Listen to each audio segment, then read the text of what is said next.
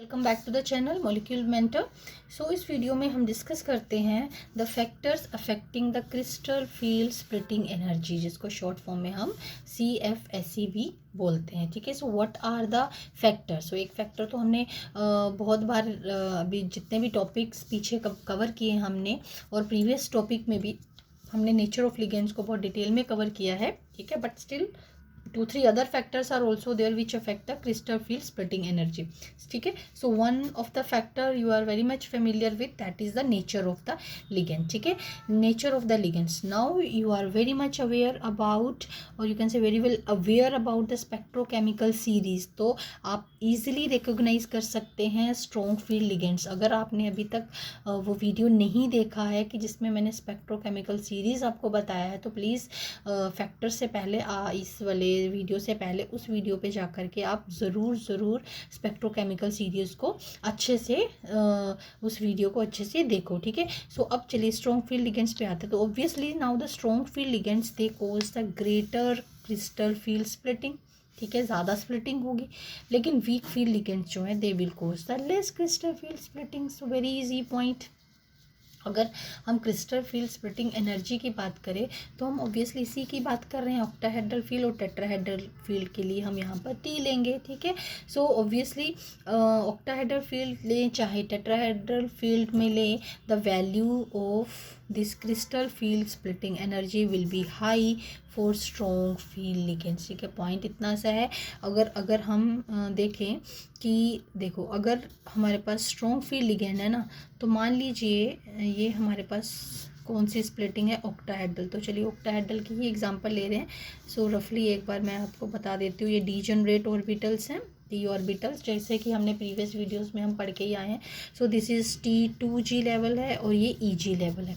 ठीक है, अब इसमें कौन से ऑर्बिटल्स आते हैं, इसमें कौन से आते हैं और क्यों आते हैं और स्प्लिटिंग ऐसे क्यों है, सो ये आपको प्रीवियस वीडियोस देखनी पड़ेंगी इसके लिए। ठीक है, सो चलिए इस पॉइंट पे आते हैं। This is actually the what is the energy gap between these two set of orbitals. ठीक है, कितना गैप है, गैप ज़्यादा है या गैप कम है, that depends upon the strength of the or you can say the nature of the ligands. ठीक है, सो अगर स्ट्रॉन्ग फील्ड लिगेंड होगा तो ये गैप जो है वो ज़्यादा होगा, और वीक फील्ड लिगेंड होगा तो हो सकता है जो एनर्जी गैप है, जिसको हम यहाँ पर डेल्टा नोड या crystal field splitting energy for octahedral field भी कहते हैं, सो वो कम होगा।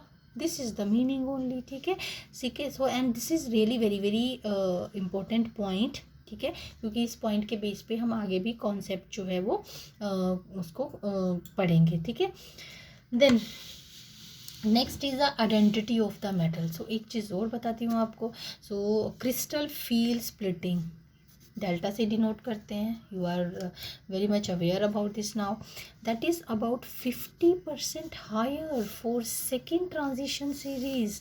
अगर क्या मतलब है इसका, कि अगर कोई मेटल जो है सेकेंड ट्रांजिशन सीरीज से है, डी यू कैन से कि जो हमारे पास फर्स्ट ट्रांजिशन सीरीज़ है, सेकेंड ट्रांजिशन सीरीज़ है और third transition series, I hope कि आपको पता होगा डी ब्लॉक के जो तीनों के तीनों सीरीज़ हैं। और अगर उसमें अगर हमारे कॉम्प्लेक्स में जो मेटल है that is from the second transition series, so the crystal field splitting that is about 50% higher. यानी कि अगर कोई फर्स्ट से है और हम सेकेंड सेम लिगेंड के साथ मेटल का कॉम्प्लेक्स जो है वो सेकेंड सीरीज़ की मेटल से बना रहे हैं, तो सेकेंड सीरीज़ की मेटल का जो कॉम्प्लेक्स होगा उसमें जो स्प्लिटिंग होगी ऐसे वाली, that will be 50% higher as compare to the first transition series. ठीक है, then whereas third transition series that is about 25% higher than the second। और अगर हम सेकेंड और थर्ड को कंपेयर करें कि एक मेटल जो है हमारे पास सेकेंड ट्रांजिशन सीरीज से और दूसरी मेटल जो है थर्ड से है, तो थर्ड वाले में जो है splitting will be higher but the value will be 25% higher than the of the second transition series। ठीक है, so there is a small increase in the crystal field splitting along the series। तो along the series अगर हम metals को pick कर लें तो along the series जो है वो इतना ज़्यादा डिफरेंस नहीं आता है splitting में, बट अगर series चेंज हो जाता है then there is a great difference। this is again very very important point। ठीक है, then the oxidation state of the metal।